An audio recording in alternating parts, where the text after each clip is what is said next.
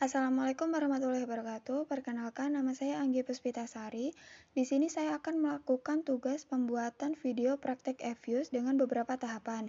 Yang pertama, dari data yang dimiliki, ini melakukan regresi dengan data indeks harga konsumen sebagai variabel terikat.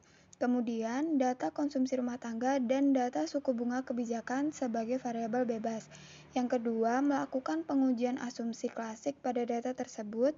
Yang ketiga, menyimpulkan apakah konsumsi rumah tangga dan suku bunga kebijakan berpengaruh signifikan terhadap indeks harga konsumen. Di sini saya sudah mengisi data pada EViews, terdapat data suku bunga, kemudian terdapat data indeks harga konsumen, dan terdapat data konsumsi rumah tangga.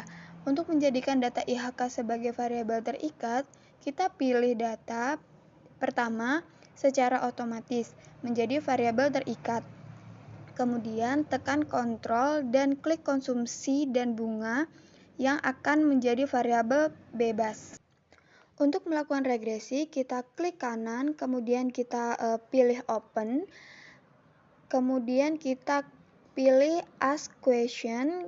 Nah, kita lihat di sini itu ada IHK sebagai variabel terikat, kemudian ada konsumsi dan suku bunga sebagai variabel bebas. Dan C ini merupakan konstanta. Metode yang kita gunakan ini adalah metode least square, dan di sini adalah sampel yang kita gunakan ini adalah sampel tahun 2013 kuartil 1 sampai tahun 2020 kuartil 4. Lalu kita tekan OK saja. Dan terlihat hasil dari regresi ini untuk melihat data konsumsi dan suku bunga yang berpengaruh pada indeks harga konsumsi. Nah, ketentuannya ini jika data probabilitas lebih kecil daripada alfa, maka tingkat kepercayaan tinggi. Kita misalkan menggunakan alfa ini 5% atau 0,5. Dan dapat kita lihat bahwa data probabilitas ini lebih kecil dari 0,5. Nah, dapat disimpulkan bahwa konsumsi dan suku bunga ini tidak berpengaruh signifikan terhadap indeks harga konsumen. Nah, di sini juga kita bisa lihat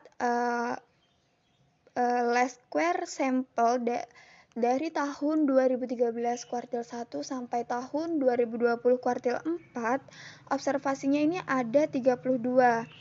Selanjutnya, kita akan melakukan uji klasik dan akan menggunakan 3 metode. Yang pertama itu metode normality, yang kedua itu metode autokorelasi, dan yang ketiga itu metode heteroscedastic. Langsung aja kita metode yang pertama itu normality. Pertama, kita klik view. Nah, kemudian kita pilih residu diagnostik. Kemudian kita pilih histogram normality test.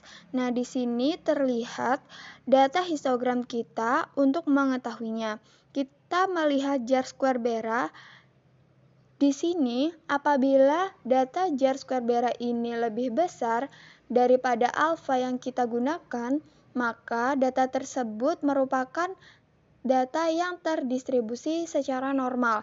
Di sini terlihat data jar square Bera kita ini sebesar 2,55 sekian. Sedangkan alfa yang kita gunakan sebesar 0,5 atau 5%.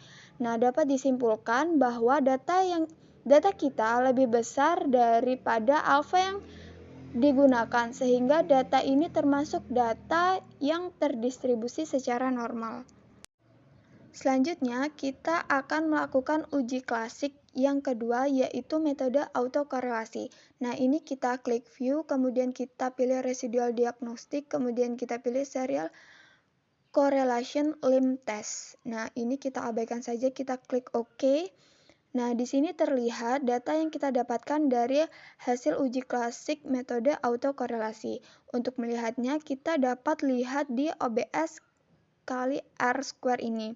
Nah, di sini apabila nilainya lebih besar dari alfa yang kita gunakan, maka tidak ada masalah autokorelasi. Dan di sini terlihat bahwa OBS R square-nya ini sama dengan 0, sedangkan alfa yang kita gunakan ini sebesar 0,5 atau sebesar 5%. Berarti data ini lebih kecil dari alfa yang kita gunakan, sehingga dapat disimpulkan bahwa nilai ini memiliki masalah pada autokorelasi. Pada data yang kita gunakan, data konsumsi Untuk konsumsi rumah tangga dan suku bunga terhadap indeks harga konsumen ini memiliki masalah pada autokorelasi. Selanjutnya, kita akan masuk ke asumsi yang ketiga, yakni metode heteroscedasty. Nah, kita klik view, kemudian kita pilih residu diagnostik, dan kita pilih heteroscedasty. Nah, kita menggunakan tes tipe yang Buchstaben-Gepie atau yang atas sendiri. Kemudian kita lihat konsumsi dan suku bunga, lalu kita klik OK dah. Di sini sudah ditampilkan hasil dari data menggunakan metode heteroscedastic. Nah, kita lihat data dari OBS kali R². Nah, ketentuannya, apabila R² ini lebih besar dari alfa yang kita gunakan, maka data tersebut terbebas dari masalah heteroscedasty. Nah, di sini alfa yang kita gunakan sebesar 5% atau 0,5. Dan terlihat bahwa data kita ini lebih kecil daripada alfa yang kita gunakan, sehingga data dapat disimpulkan memiliki masalah heteroscedasty.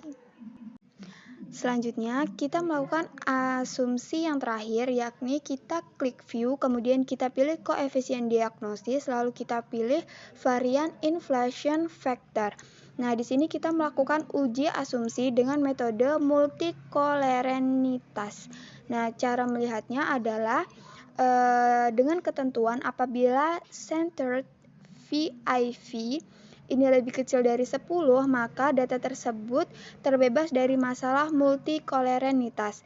Nah, kita lihat data yang kita miliki ini sebesar 2,378113. Nah, ini merupakan nilai yang mana lebih kecil dari 10, sehingga dapat disimpulkan data kita ini terbebas dari masalah multikolerenitas. Terakhir, untuk praktek EFUS kali ini dapat disimpulkan bahwa konsumsi rumah tangga dan suku bunga kebijakan ini tidak berpengaruh signifikan terhadap indeks harga konsumen, tetapi data ini memiliki masalah pada autokorelasi dan heteroscedasty. Sekian yang dapat saya sampaikan. Maaf apabila ada salah kata. Saya akhiri. Wassalamualaikum warahmatullahi wabarakatuh.